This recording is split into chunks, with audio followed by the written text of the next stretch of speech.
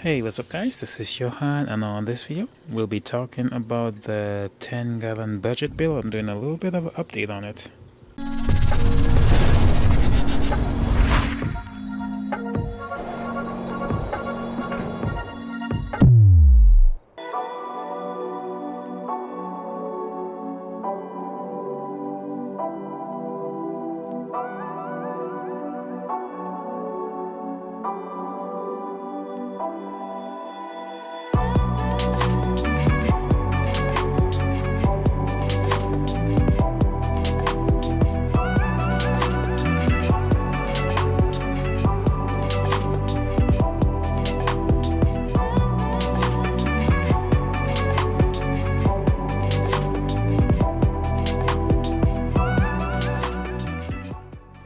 Alright guys, so here is the 10-gallon nano.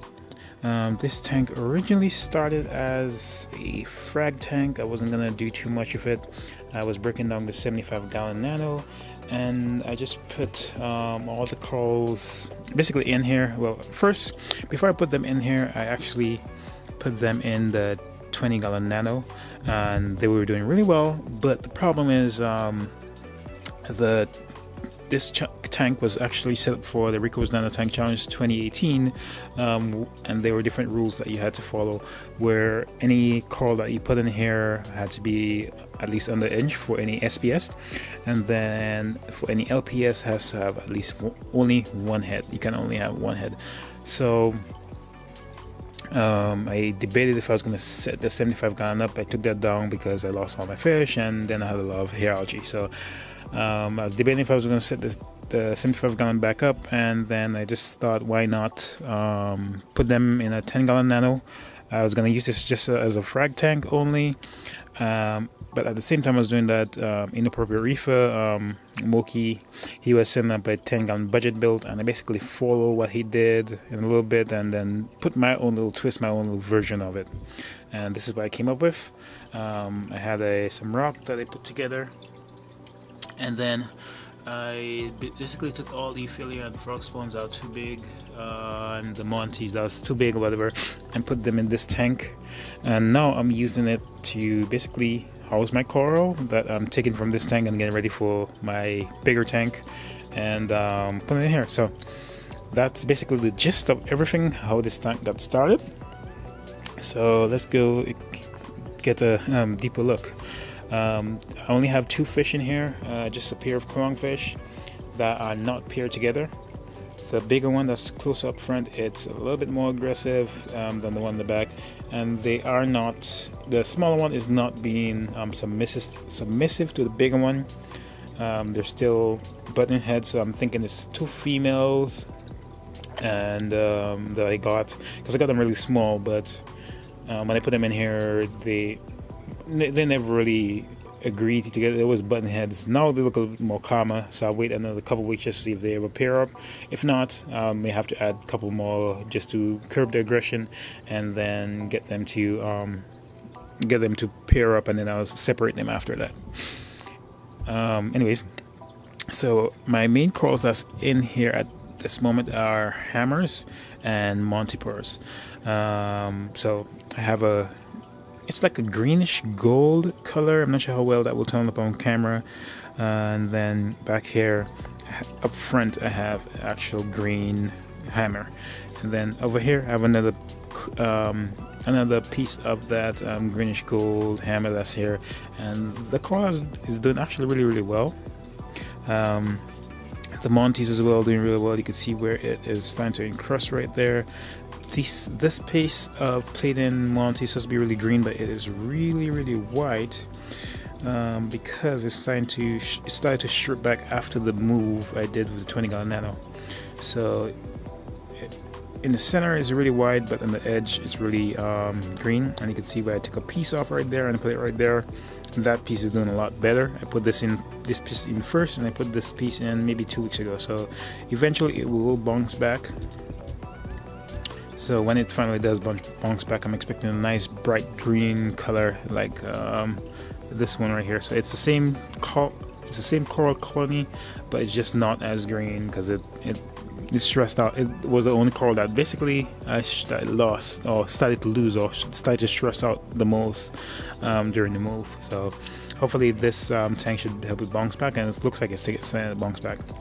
Another coral that I did put in here from the 20-gallon nano is this frog spawn. I originally had it over here.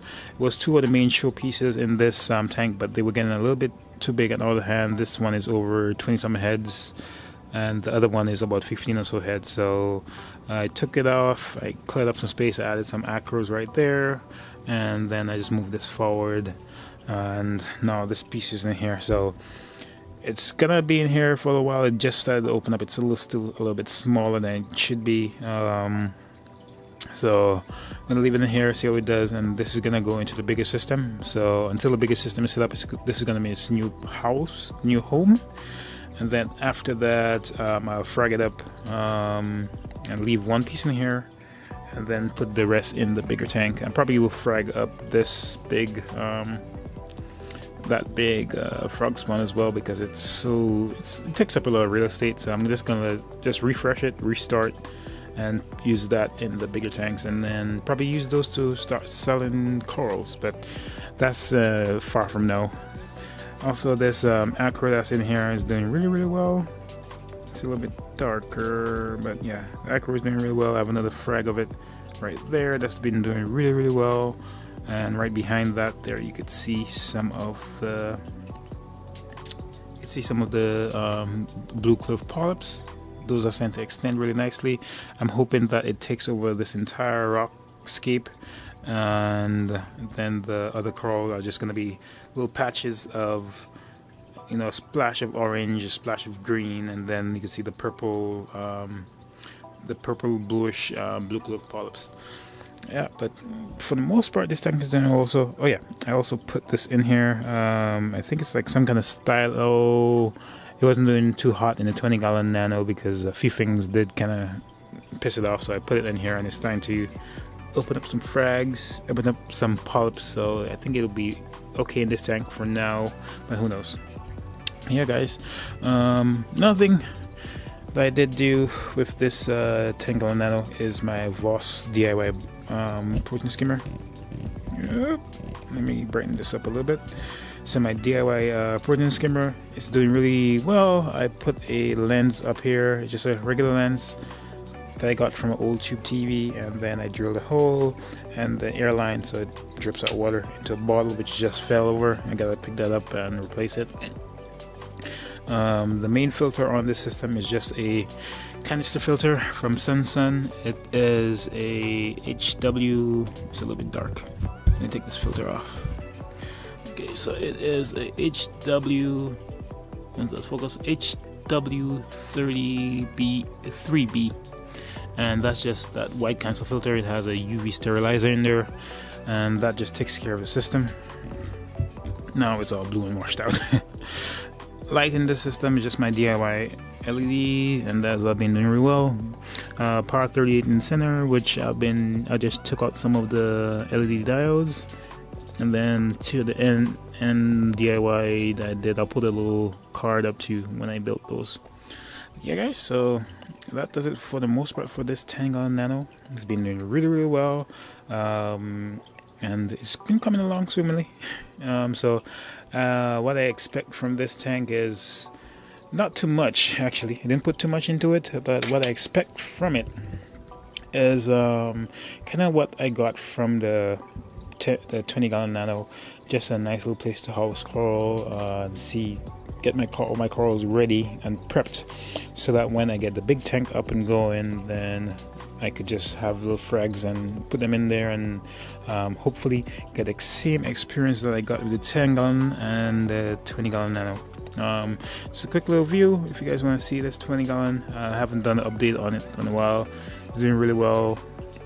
I did try to add some fish, but I only have one remaining, and it's just a firefish. So I put 4 in here, and then about within a week of me putting them, they started to dwindle one by one, and I just have one. So I think this is the only one that's going to remain. To be honest, I only wanted 2 firefish in there, but I went ahead and put 4 because I heard they don't live too long, or not they don't live too long, they don't really last. So I was expecting to lose 2 and just remain 1, but I end up losing 3 and 1 stayed. So I'm not sure what happened. The bodies are gone. I do have a really robust cleanup crew of a,